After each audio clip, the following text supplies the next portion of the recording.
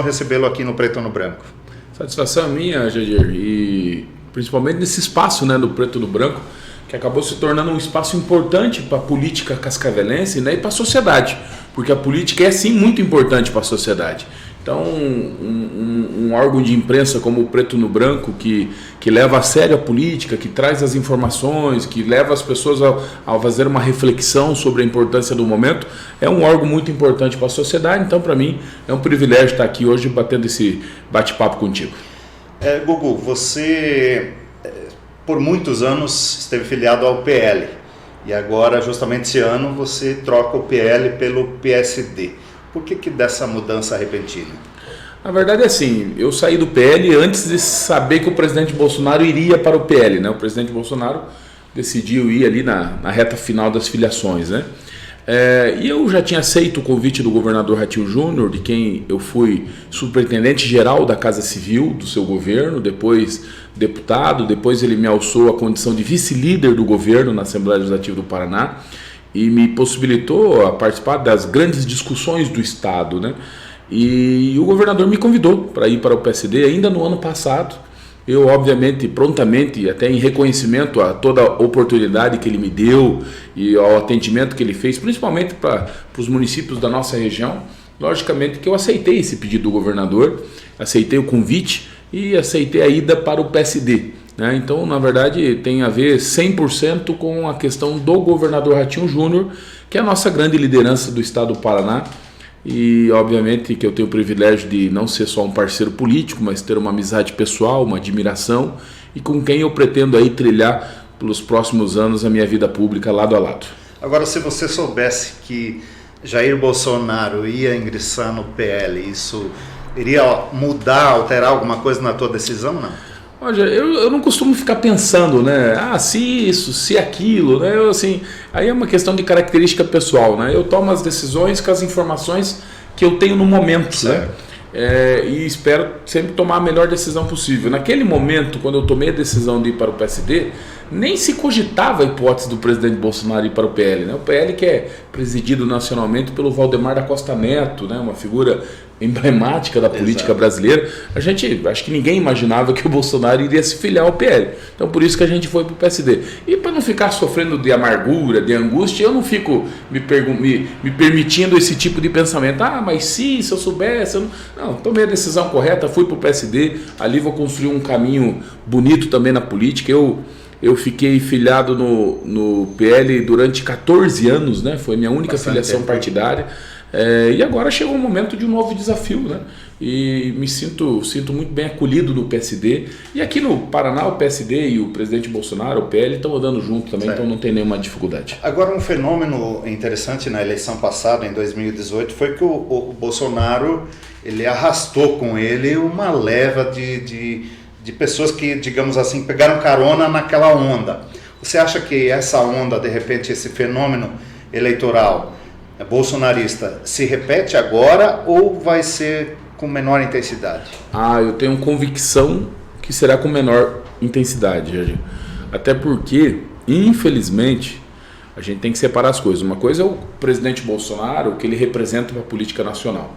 Outra coisa são os diversos deputados, por exemplo, que se elegeram nas costas do presidente Bolsonaro. Sim. E logo depois, inclusive, viraram as costas para o presidente Bolsonaro, né? A gente tem centenas de exemplos, né? Então, o que eu percebo nas pessoas? Um amadurecimento nessa questão, né? Elas estão, nesse momento, dividindo bem o que é o apoio ao presidente Bolsonaro, né? Mas o que é a importância, por exemplo, de eleger um deputado estadual ou um deputado federal comprometido com a cidade de Cascavel. Até para a gente não evitar o que aconteceu em 2018. Nós temos um deputado federal, por exemplo, que só pelo fato de ser amigo do presidente Bolsonaro, um deputado de fora de Cascavel, que fez 11 mil votos em Cascavel. 11 mil votos. E ao longo desses 4 anos não veio na nossa cidade. E muito pelo contrário, não foi capaz de ligar para o prefeito Paranhos para perguntar: Paranhos, Cascavel está precisando de alguma coisa aí, na saúde, na estrada rural, porque eu fiz 11 mil votos, eu me sinto na obrigação de ajudar a cidade. Não fez nada, né? Então eu percebo que as pessoas entenderam isso. E não vai acontecer aquele fenômeno de que não só elegeu o presidente Bolsonaro, mas junto com ele elegeu centenas de deputados que não tem nem preparo, não sabe nem o que é ser um deputado, entendeu? Podem até ser bem intencionados, mas não conseguiram fazer nada no seu mandato, não conseguiram dar resultado nenhum para a cidade de Cascavel, diferente da gente. Eu tenho uma história já na vida pública, né? Eu fui vereador de Cascavel me deu a honra de ser presidente da Câmara, sou o presidente mais jovem da nossa história, fui presidente 2 vezes, galguei espaços e experiências. Quando eu chego na Assembleia Legislativa do Paraná, eu já tinha uma experiência que me possibilitou dar o resultado que a população de Cascavel esperava e que agora, graças a Deus, está reconhecendo. Foram 61 milhões de reais que a gente conseguiu em investimentos para a cidade de Cascavel em apenas 2 anos como deputado. 61 milhões de reais. Mas por quê? Porque eu sou melhor que os outros? Não. É que a gente conhece, a gente tem experiência, sabe como fazer política, sabe que a política é uma arte.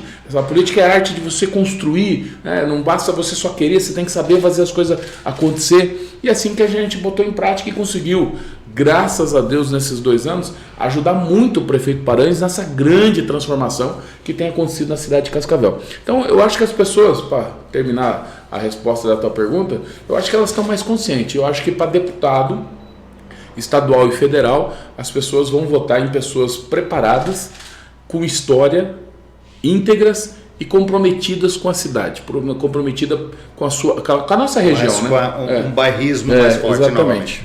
Agora, para o governo do estado, eu não preciso nem perguntar com quem que o Gugu Bueno está.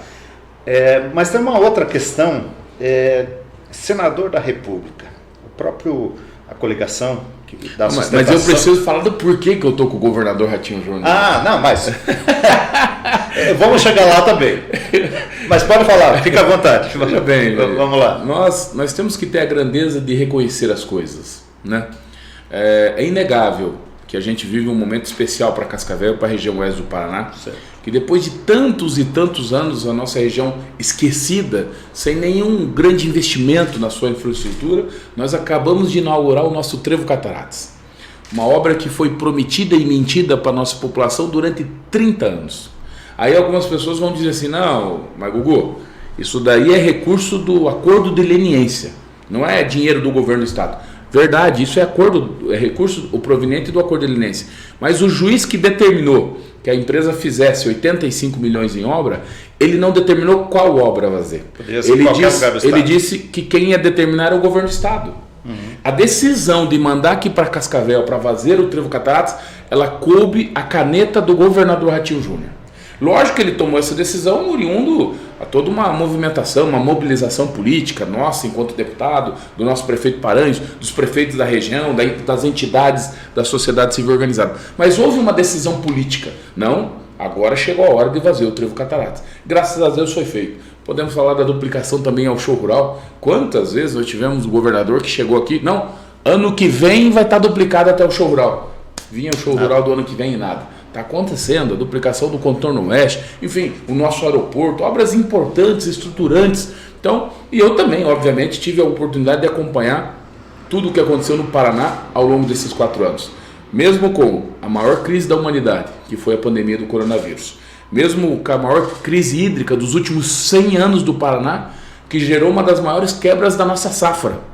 40% do nosso PIB do Paraná proveniente do agronegócio. Então imagine o impacto que essa quebra da safra teve no nosso PIB.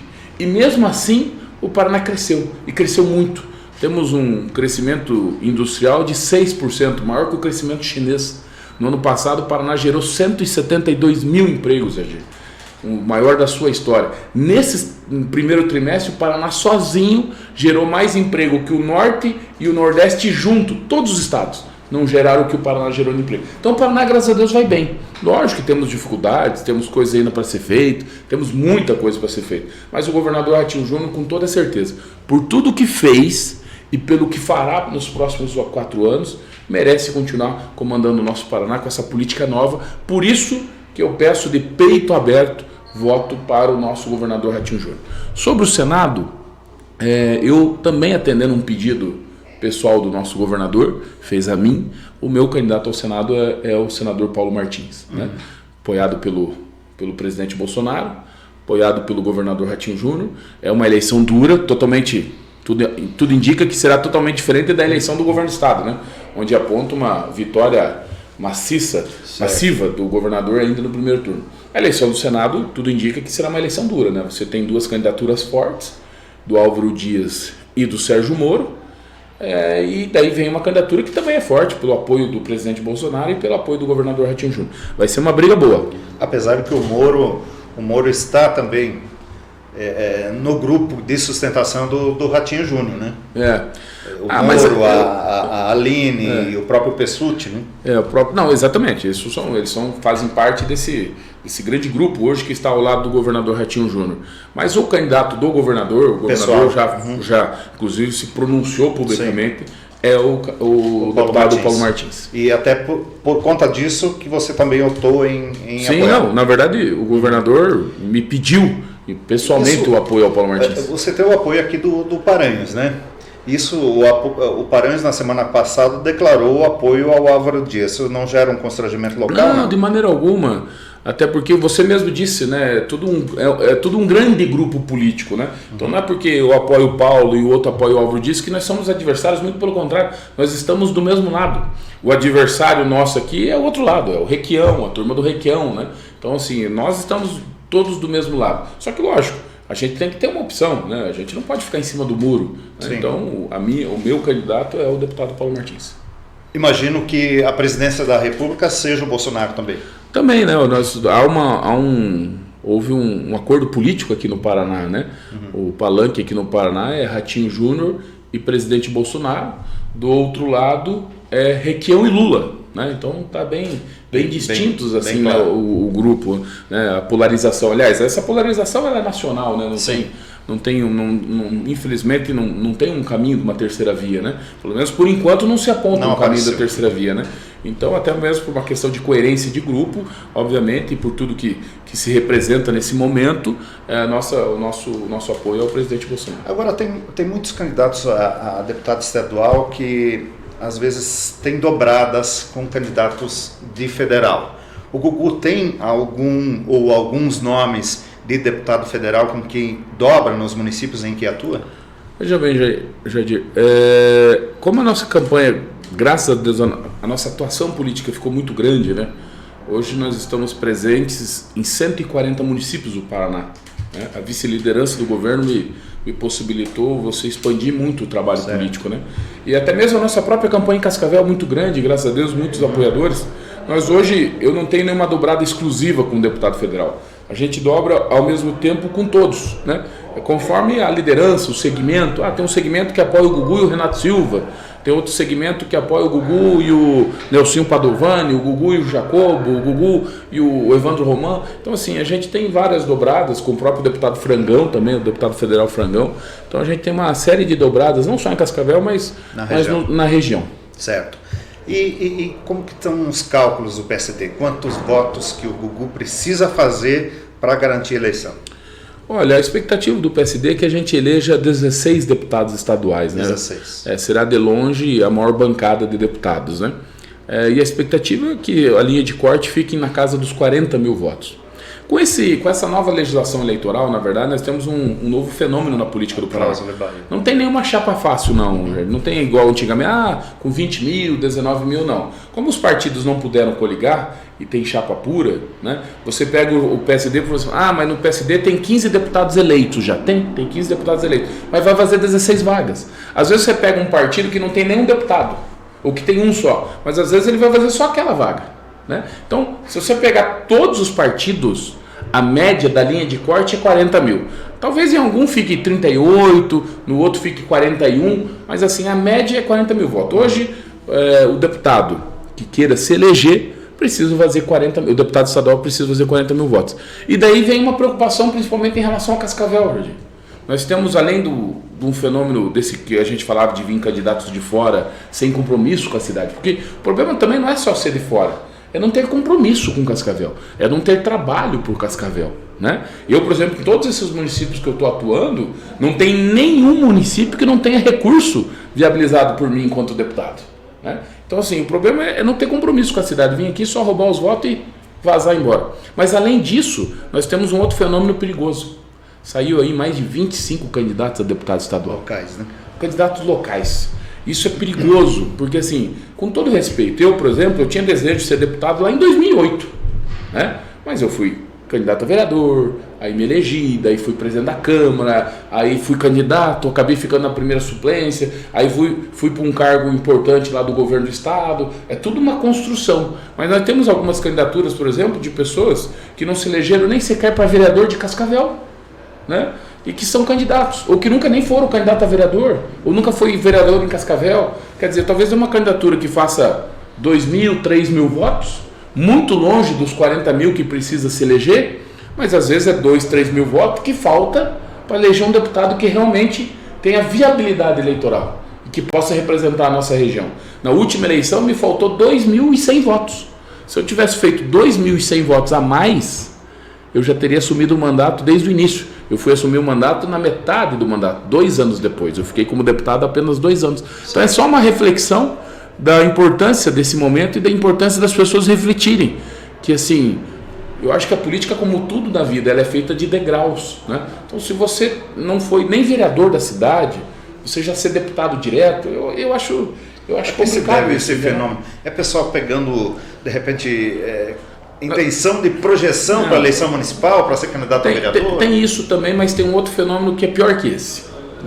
Os partidos, como não tem mais a coligação, eles são obrigados a lançarem chapa pura. Sim, aí tem que buscar os nomes. Aí eles têm que forçar nomes. Estadual é 55. Isso. 55. Eles têm que forçar nomes para completar uma chapa. E mais, como eles aprovaram esse crime contra a nação brasileira, que é o fundo eleitoral, né? o fundo eleitoral, os partidos estão com dinheiro. Você é contra o fundo eleitoral? Totalmente contra. Eu acho que tinha que ser financiamento privado de campanha, com pessoas jurídicas podendo financiar a campanha, porque assim como funciona em qualquer democracia do mundo inteiro, né? As pessoas jurídicas, elas têm uma personalidade, elas teriam que ter o direito de ajudar a eleger seus representantes. Isso não prestigia justamente aqueles mais favorecidos economicamente, justamente mais influentes? Ô Jadir, deixa eu falar, depois da eleição você me conta, você pega a relação dos deputados e pega a relação daqueles que mais receberam com aqueles que menos receberam. Tem deputado federal que vai receber, vamos dizer, 2,5 milhões de fundo. 2,5 milhões de fundo. E tem outro deputado, esse que você está falando, mais humildezinho, vai receber 50 mil. Então, na verdade, para esse objetivo não vai ser alcançado. Muito pelo contrário, o fundo eleitoral vai praticamente inviabilizar a renovação política. Vai praticamente inviabilizar a renovação política. Eu penso que o que está errado é a formatação do fundo eleitoral. Justamente por dar liberdade ao partido, ou seja, para os caciques do partido fazerem a divisão. Se essa divisão fosse obrigatoriamente igual, eu sou absolutamente contrário ao fundo eleitoral. Acho que o Brasil tem outras prioridades. Se nós tivéssemos um país com... Não tem cabimento no fundo eleitoral você ter mais dinheiro no fundo eleitoral do que no Ministério da Ciência e Tecnologia. Assim, você entende? Sim. Assim, se nós estivéssemos talvez já num país desenvolvido, tudo bem, graças a Deus, aí tudo bem. Mas hoje nós temos umas outras prioridades, sabe? Mas é uma questão de opinião minha. Eu preferiria que a sociedade que tocasse as campanhas. Aí você fala assim, não, mas aquele menos favorecido, que tem menos condição econômica. Mas ele pode convencer um grupo de pessoas, convencer um grupo de empresários que ajudem a campanha dele, sabe? Ou pegar um sindicato, por exemplo, dos trabalhadores, um sindicato apoiar ele. Existem tantas outras formas de se elegerem, né? Como sempre aconteceu. Você sempre teve essa regra, você tinha deputados eleitos de vários segmentos. Aqueles que representavam os professores, aqueles que representavam os trabalhadores, aqueles que representavam os empresários, entendeu? E o parlamento é para isso mesmo, é para representar os vários segmentos da sociedade, entendeu? Mas é uma questão de opinião minha. Tá. Eu sou contrário, é a regra do jogo, né? Agora é a regra do jogo. Eu acho que tem um grande desequilíbrio nisso, de fato. Eu sou muito... Eu acho que, por exemplo, principalmente para a vaga de deputado federal, a renovação dos 30 deputados federais, eu já vou te adiantar um número. Dos 30 deputados federais não vai renovar 10%. Você acha? Não vai renovar os 10%. Muito em decorrência do fundo eleitoral.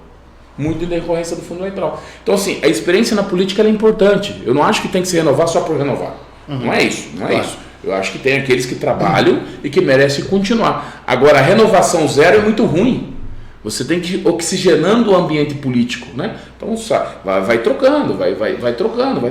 Você falou dos deputados federais. E na Assembleia, qual o percentual que você imagina que vai ocorrer de renovação? Dos 54. Aí na Assembleia eu já acho, primeiro que os deputados estaduais têm muito menos fundo eleitoral, né? Sim. Eu, por exemplo, acho que provavelmente não receberei R$1 de fundo eleitoral, né? E isso também em outros partidos, porque para os partidos nacionais, pelas regras do jogo, interessa a eleição de deputado federal e de senador, porque são eles que contam para o tempo de TV, para a própria distribuição do fundo partidário eleitoral e tal. Então, para os deputados estaduais não faz muita diferença para os partidos. Então, o que acontece?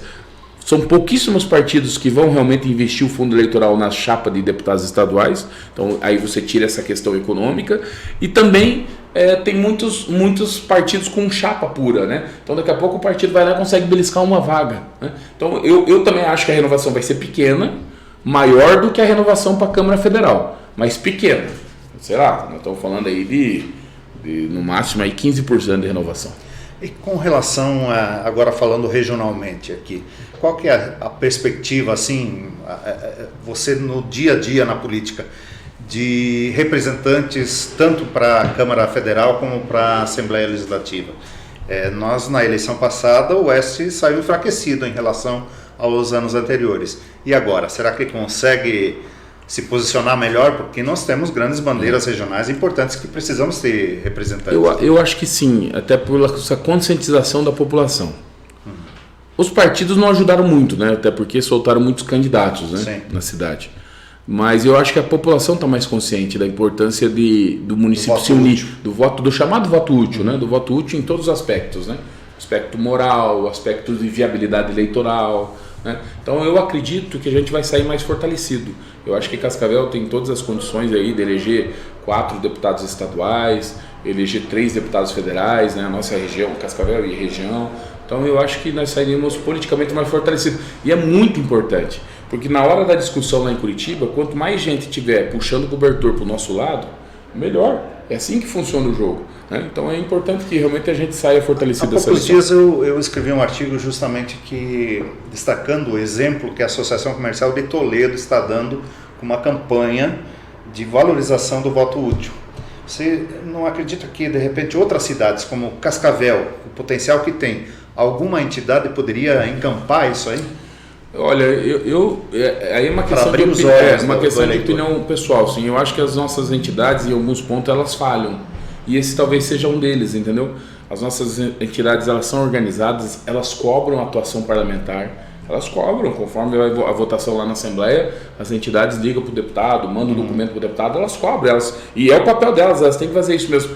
Mas eu acho que no processo eleitoral elas tinham que ter uma participação maior, mais efetiva, né? Mais efetiva. Elas tinham que ter a responsabilidade de mostrar para a sociedade aqueles candidatos que são comprometidos com a causa da cidade e que tenham viabilidade eleitoral, entendeu? Porque assim, uma entidade de uma sociedade civil organizada, ela acaba sendo uma referência, entendeu? Então eu acho que falta esse envolvimento aqui na cidade de Cascavel maior nesse período eleitoral, porque se não eleger deputados vai cobrar de quem? Bons e comprometidos com a cidade, vai cobrar de quem? Aí depois não adianta chorar, ai que pena, Cascavel não elegeu, estamos sem força política, não temos nenhum deputado lá importante em Curitiba, né?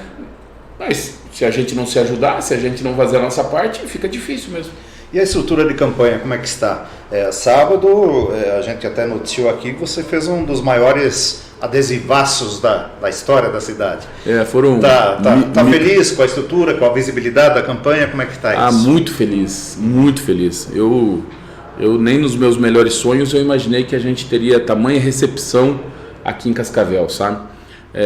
Lógico que isso é decorrência da nossa história, da nossa caminhada e também muito do trabalho que fizemos nesses 2 anos como deputado, muito em decorrência desses 61 milhões que foram trazidos de investimentos para a cidade, e a cidade está reconhecendo isso.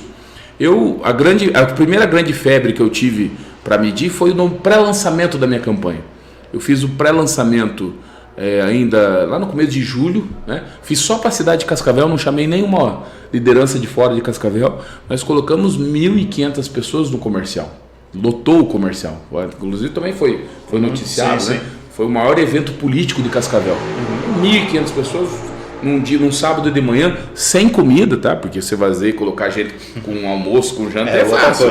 Agora, sem comida, as pessoas irem lá para ouvir política, 1.500 pessoas, realmente ali eu me assustei. Falei, opa, a campanha em Cascavel vai ser maior do que o que a gente imaginou. E outro grande momento foi o adesivaço de sábado, né? A gente tinha previsto aí adesivar 500 carros, acabou os adesivos, na verdade, só parou porque acabou, né? Porque foram levados 1.500 adesivos na Praça da Bíblia e simplesmente acabou. O evento era para ter sido das 9 da manhã até 1 da tarde, 11h30 da manhã tinha acabado os adesivos.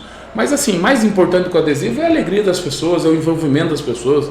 Estive lá com o nosso prefeito Paranhos, os nossos vereadores, o vereador Cabral, o vereador Edson, o vereador Santelo, o vereador Kleberson, o vereador Lauri, o vereador Valdeciro, enfim, secretários, lideranças comunitárias de todos os bairros de Cascavel. Então assim, tá bem bacana, assim, eu estou feliz com o clima da nossa campanha em Cascavel. Tomara que tudo isso acabe resultando numa votação expressiva que garanta a nossa eleição para que a gente possa continuar lá em Curitiba trabalhando pela nossa cidade. Agora, além de Cascavel, fora daqui, você falou antes em 140 municípios que têm estrutura de campanha. Quais cidades assim de destaque que você poderia citar que o Gugu vai ser bem votado? Olha, eu devo ser bem votado principalmente nas cidades onde eu sou o deputado oficial. Né? Como eu era aqui de Cascavel, o deputado do prefeito Paranhos, né? Eu sou o deputado oficial lá de São João no Sudoeste, Chopinzinho no Sudoeste, Coronel Vivida lá no Sudoeste, Mariópolis no Sudoeste, aqui em Santa Teresa, Céu Azul, Missal, Catanduvas, Ibema, Boa Vista, Três Barras, Quedas do Iguaçu, sou deputado oficial, Nova Prata do Iguaçu, sou deputado oficial da cidade. Enfim, são diversas cidades que a gente deve ter uma campanha grande. Eu também estou com uma atuação política muito forte lá no Noroeste, né? Com destaque para Santa Isabel do Ivaí, Santa Cruz do Monte Castelo. A gente deva ser, se não mais votado da cidade, o segundo mais votado. Isso você faz essa análise pelo grupamento político que lhe apoia, né? Então assim, a gente está bem espalhado pelo Sudoeste, Oeste, Noroeste e a região metropolitana de Curitiba, né? Na região metropolitana de Curitiba, por exemplo, o prefeito de Mandirituba me apoia. Né? Tenho também em Campo Largo o ex-prefeito Afonso Guimarães, foi prefeito 3 mandatos em Campo Largo, grupo grande em Campo Largo, que também nos apoia. A gente deve tranquilamente passar de mais de 1.000 votos em Campo Largo. Então, graças a Deus, a campanha está bem estadualizada assim, e que está nos dando muito. É cansativo, é um período. Agora mesmo, para dar essa entrevista, acabei de chegar de Curitiba, né? Já saio daqui, vou para outras agendas aqui em Cascavel, mas é muito, muito gratificante assim, você ver tantas e tantas pessoas envolvidas num projeto. Que é isso, é um projeto, né? O Gugu Bueno hoje é um projeto que representa esses municípios, representa todas essas pessoas e todo esse sonho aí de a gente continuar trabalhando pelo Paraná. Agora, uma estrutura que é quase de deputado federal, não é? É um projeto. O teu projeto para o futuro, talvez não seja o momento adequado para falar, mas já que a gente está fazendo aí uma análise geral, ele tende a ser um projeto estadual mesmo, ou o Gugu tem algum olho na sucessão do prefeito Paranhos?